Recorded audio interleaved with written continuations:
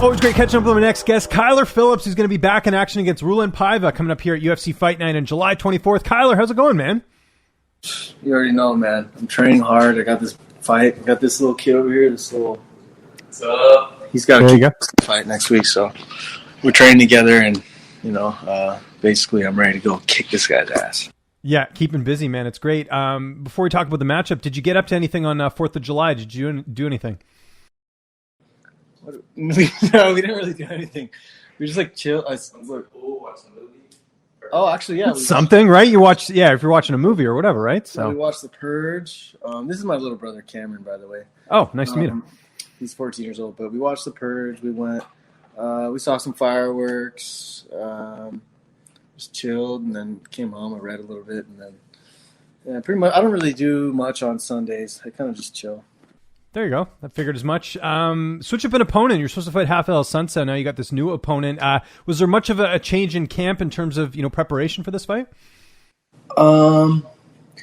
Actually, not really, but a little bit. So, as far as the consistency and work, no, but just a couple little minor tweaks and details that we have to use as far as game plan. I kind of like to go with the flow and just go and fight. I'm a performer, but having a solid game plan is definitely important. So that's something we've been coming up with as well and working diligently towards. So I'm excited to go fight, man. It's almost time. I think we're all excited about this matchup. Paiva is a really exciting guy, 20-3 record, really a lot of experience there. How do you feel like you match up against him in this fight? Because I'm sure you had a chance to sort of assess him as an opponent. Again, he's a very probably hardworking guy that believes in himself. He's ranked number 12 in the flyweight division, and he's done a lot of things in his life so far to get where he's at. So I know that he has what it takes to mentally come forward, and he has a lot of heart. But when it comes going against the Matrix, he's going to come into my world and my all the continents he comes to, he's going to be speaking. I'm going to be speaking a different language. You know what I mean? He's not going to be able to understand what's going on. I feel like I have too many things to offer. But at the end of the day, it is a fist fight, and I'm gonna give it to him. And it seems like you've had plenty of notice for this fight. I know the opponent switched up, but it seemed like you got a full camp for this one. Yeah.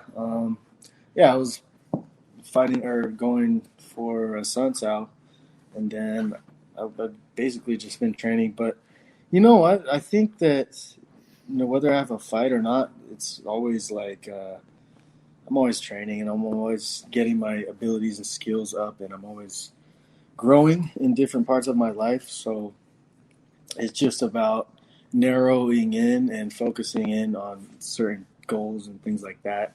So this fight is just one of those things, and can't wait to get back on the stage.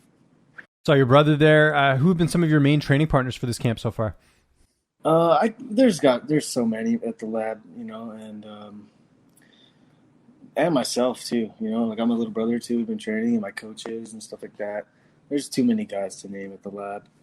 But, yeah, we'd be here all day. I know you do a bit of cross training there with your buddy Sean O'Malley. How is Sean looking in camp ahead of his fight on Saturday? At the time we're recording this. Oh, he looks great, man. And another thing too, he got an opponent Switchup as well. He did. And you can't control that, but he's gonna go get paid, and that's the thing that matters is he gets to go home and to his family, and he's got a kid and stuff like that. So now he gets to go get paid and bring that back so he can feed his children. That's it doesn't really matter about the matchups as much, and he looks great, and he's developing a very well-rounded skill set as far as mentally too, and I think people will be surprised some of the things he might throw out there. Yeah, and we're looking forward to that fight. I got to bring this up, obviously, because I know your manager, Jason House, was, I believe, coming to see you, and there's this whole thing that Sean said about how, Jason went to see Sean train, and then all of a sudden Louis Smolka pulls out of the fight. Do you ever feel like you're caught in the middle of that stuff? Because I know you're friends with both guys, and it doesn't seem like either like each other.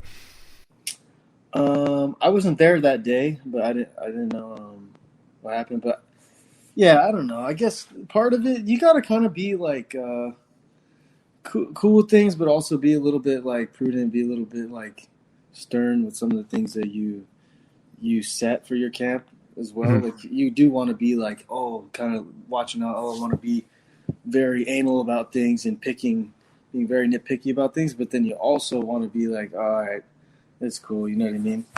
So it just depends. I don't really know their relationship.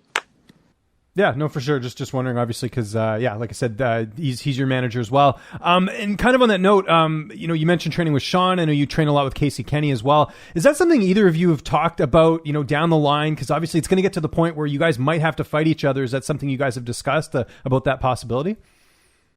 Yeah, it could happen, man. These guys at the top, it's like this is our job, though. I mean, we might as well get paid to do it at the top, like for a championship or something. So. But you guys have seen stuff like that. It's not.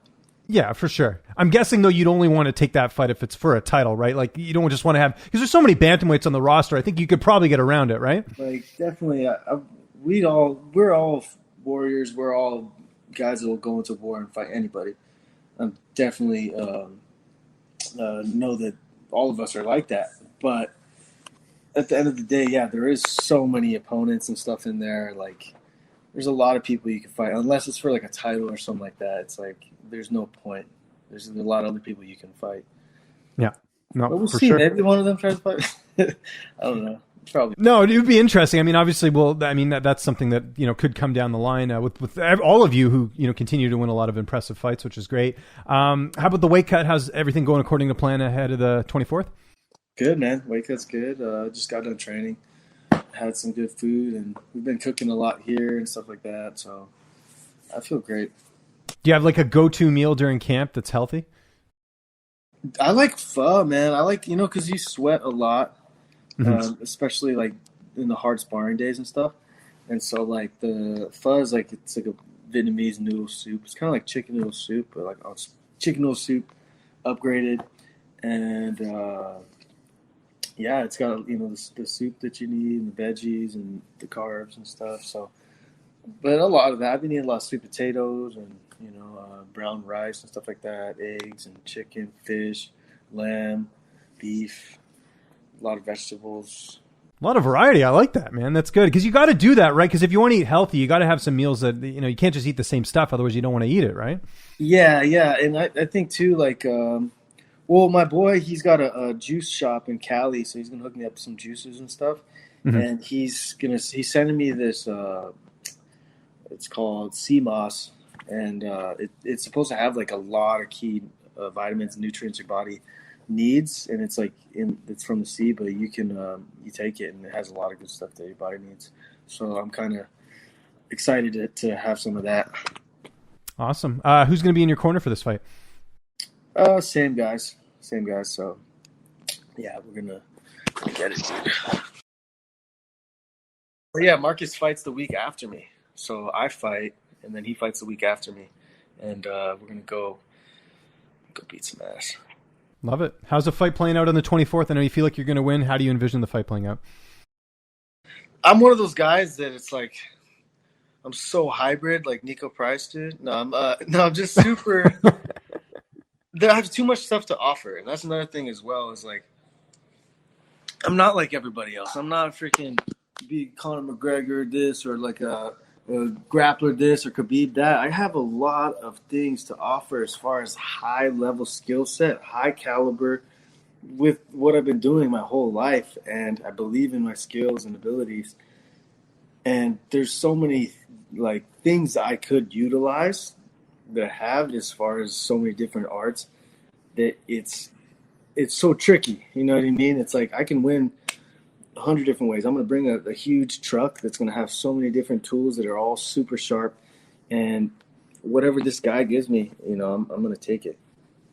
Yeah, by the sounds of it, I mean, you have a game plan going in there, but you kind of just let's see how things go and how they flow, and then you sort of revert to those tools, like you mentioned, because you have so many things in your arsenal. It's kind of what I'm hearing, right? Yeah, I flow with things, but sometimes I'm going to make them give it to me. You know what I mean? Sometimes I'll put the pressure on to make them give me that if you have to. And then sometimes you got to just kind of go with it and see what they're giving to you. I know you had a ranked opponent heading into this fight. I imagine that's got to be next with a win here, especially. I know you're getting pretty close to getting those, big contender fights. Do you feel that way as well, especially with the win here on the 24th? Yeah, I mean, we already know. I already know the plan from the beginning. I got to go grab a belt, and that's there. I've seen it too many times, but we got a guy in front of us, and I'm gonna take care of this dude, and then whoever's in the way of the next one. These people are all just in the way. My goals, my dreams, the things that I've worked way too hard for. And so, yeah, whoever they put in front of me, we're going to keep working and going to do it in fashion and style. And I love this shit, man. Let's go beat some ass. What do you think is going to happen with the title? Because I know it seems like Sterling's still recovering. They don't have a date yet for the title. They seem to do an interim title at light heavyweight. Do you think that's a possibility at 135 if Aljo can't defend later this year? Again, too, I'm gonna control what I can, but some shit sometimes things happen. You've seen crazy stuff. You've seen what was that? You seen a guy get signed to the UFC and fight T.J. Dillashaw for the title. Remember that? What was that? Yep. Soto? Yeah, Joe Soto. Yeah, great things happen, but that's the thing. You just gotta stay ready and keep your attitudes right, and don't get injured. Be smart about things. So I'm gonna try to just keep going. That's all. Imagine you want to get one more in this year if you can, maybe two fights. Yeah, I love to plan things ahead, but not worry too much about things that I can't control. So I go with the flow, and if I feel good after this fight and there's no injuries, hell yeah, let's get another one soon. If not, things happen, whatever. If you can possibly get two, that would be sick too. It's just depends on how things plan out. So it's this fun thing, man. I love this. Yeah, and I love you taking the time, man. Always a great interview. Really appreciate it, Kyler. Anyone you want to thank before we get out of here? Any sponsors, any social media? I'll give you the last word. Yeah, man. I've been there's been a couple people helping me out. Thrival Muscle Recovery has been helping me. Evolve Meals. Cali Bloom. This one, Cali Bloom right here. I got a lot of friends and stuff. Two Knuckle Sports MMA Academy with Hanshi Nico and Akiva Kai. That's my family back there. They always have my back. And my mom and dad and stuff. Cameron, my little brother, is training for his fight. All the guys at the MMA lab and all my fans and supporters. I'm going to try to get some merch out. So nice. I'm going to try to get a couple. I'm going to do some shirts. So for this fight, we could be able to order some things on there. Make sure to subscribe to the LowKick MMA YouTube channel for all the latest news, event previews, and interviews with some of the biggest stars in MMA.